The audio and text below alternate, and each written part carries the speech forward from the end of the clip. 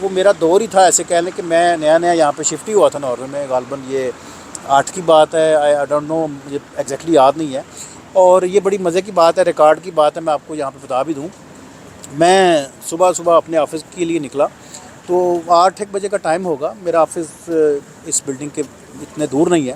تو میں جب آفس کے لیے پہنچا تو وہاں پر سویڈش پولیس کی گاڑیاں کھڑی تھیں۔ تو مجھے بڑی حیرت ہوئی، میں جب اندر آیا اپنے آفس میں تو میں نے اپنی کولیگ سے پوچھا کہ مطلب کیا چکر ہے، کیونکہ اکثر ہو سکتا تھا کہ کیونکہ ہماری پولیس اور سویڈش پولیس جو ہے نا وہ مل کے کچھ نہ کچھ ایکٹیویٹیز کرتی ہیں، تو مجھے یہی لگ رہا تھا کہ کوئی ایسی کوئی مکس سی کوئی ایکٹیویٹی ہے۔ کہتی نہیں، تمہیں پتہ ہے کہ آج باراک اوباما کو ایوارڈ ملنا ہے، تو ہم نے جو ہے نا وہ ایکسٹرا پولیس جو ہے نا وہ ایکوائر کی ہے سویڈن سے، کیونکہ ہم جو ہے نا اس کی انف سیکیورٹی نہیں اس کو پرووائڈ کر سکے، تو ہمیں ایکسٹرا سیکیورٹی کے لیے ہمیں سویڈن سے جو ہے نا وہ ٹروپس چاہیے تھے۔ تو یہ میں ویسے ہی مجھے بات یاد آ گئی باراک اوباما سے۔ اس کے علاوہ کوفی عنان کو ملا، اس کے علاوہ یاسر عرفات کو ملا، اس کے علاوہ عبداللہ بن عبدالعزیز اور بہت سے لوگوں کو یہ ایوارڈ مل چکا ہوا ہے۔ تو یہ نو ڈاؤٹ ایک بہت بڑا ایک یہ دن ہے، بہت بڑی اس کی ویلیو ہے اور بہت ہائٹ ہے اس کی پوری دنیا میں۔ بات جو سب سے امپورٹنٹ ہے جو آج کے دن میں آپ لوگوں سے کرنا چاہتا ہوں کہ کیا یہ جو دن ہے یہ دنیا میں اب تک امن پھر کیوں نہیں لا سکا؟ اگر یہ واقعی اتنا امپورٹنٹ دن ہے تو آپ نے دیکھا یوکرین کی جنگ ابھی تک جاری ہے، کشمیر کی جنگ ابھی تک جاری ہے، سوڈان میں آپ نے دیکھا کیا چل رہا ہے، فلسطین میں دیکھا ابھی آپ نے کیا چل رہا ہے، باقی دیگر ملکوں میں کیا کیا مسائل کا شکار ہے اس دنیا، لیکن پھر بھی جو ہے نا وہ ہمیں امن کی ہمیشہ ضرورت رہی ہے۔ تو کیا یہ ملک اپنی ایگزسٹنس وہاں پر نہیں پروو کر سکے، یا ان ایوانوں میں یہ باتیں نہیں پہنچ سکیں، یا ان اداروں کے کانوں پہ ابھی تک جوں نہیں رینگی، یا کیا ایسے محرکات ہیں، کیا ایسی وجوہات ہیں کہ اتنے بڑے ملکوں میں اتنے بڑے ایوارڈ، اتنی سیلیبریٹیز کو انوائٹ کر کے یہ ایوارڈ دیے جاتے ہیں؟ ویسے تو چودھری ٹرمپ کو بھی اس دفعہ ایوارڈ ملنا تھا لیکن انفارچونیٹلی اس کو نہیں ملا۔ تو چلیں نیکسٹ ایئر میں بی ہی ول ہیئر، اور دیکھیں گے کہ کیا سچویشن بنتی ہے۔ لیکن میں واپس پھر اسی سوال پہ آ جاتا ہوں کہ کیا ایسی وجوہات ہیں کہ امن اب تک قائم نہیں ہو سکا؟ یہ سب سے بڑا میرا سوال ہے جو نارویجن جو نوبل پیس کمیٹی ہے اس کے سامنے میں رکھنا چاہوں گا، ہمارے جو پارلیمنٹیرین ہیں نارویجن ان کے سامنے میں یہ بات رکھنا چاہتا ہوں، یا لوکل جو یہاں کی جو نان پولیٹیکل آرگنائزیشن ہے، جو انسانی حقوق کی جو علم بردار ہے، جو اپنے آپ کو چیمپئن سمجھتے ہیں، میں ان سے یہ سوال کرنا چاہتا ہوں کہ کیا ایسی وجوہات ہیں کہ اتنے بڑے لیگیسی کو ساتھ لے کے چلتے ہوئے 125 ایئر سے آپ لوگ یہ ایوارڈ دے رہے ہیں، لیکن اس کے باوجود بھی آپ ابھی تک بہت سے ملکوں میں امن قائم نہیں کر سکے؟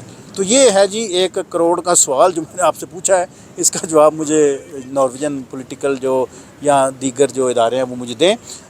باقی یہ ہے جی کہ اس کے باوجود ان ملکوں کو ہم بڑا اپریشیٹ کرتے ہیں، بڑا پسند کرتے ہیں۔ یہاں پر دیکھیں کتنا امن ہے، کتنی تسلی سے لوگ پھر رہے ہیں، کوئی کسی کو کوئی سیاپا نہیں پڑا ہوا، اپنی مرضی سے آرام سے جناب وہ چل پھر رہے ہیں، اور دنیا ایک بڑی سموتھلی جو ہے نا وہ وزٹ کر رہی ہے یہاں پر۔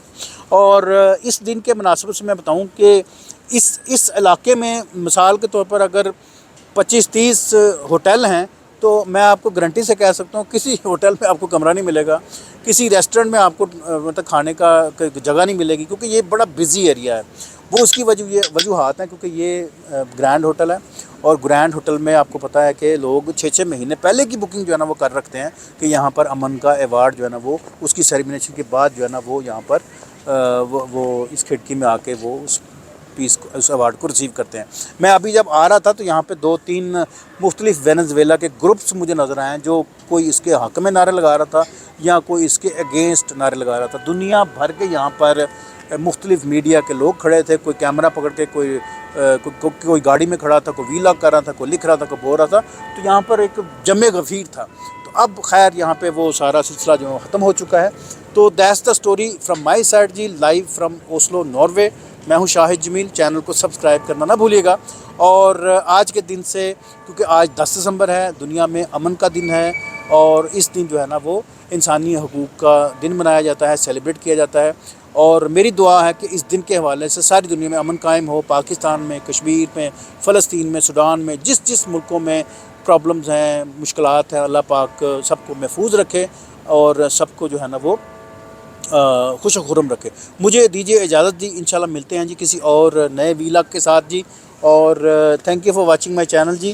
اور آخری بار دیکھنے جی گرینڈ ہوٹل کو، اور میں ابھی اس کے پاس بھی جا کے آپ کو اپنی تھوڑی سی کاروائی جو ہے نا وہ دکھاتا ہوں جی. تھینک یو سو مچ جی، تھینک یو سو مچ. خدا حافظ، خدا حافظ.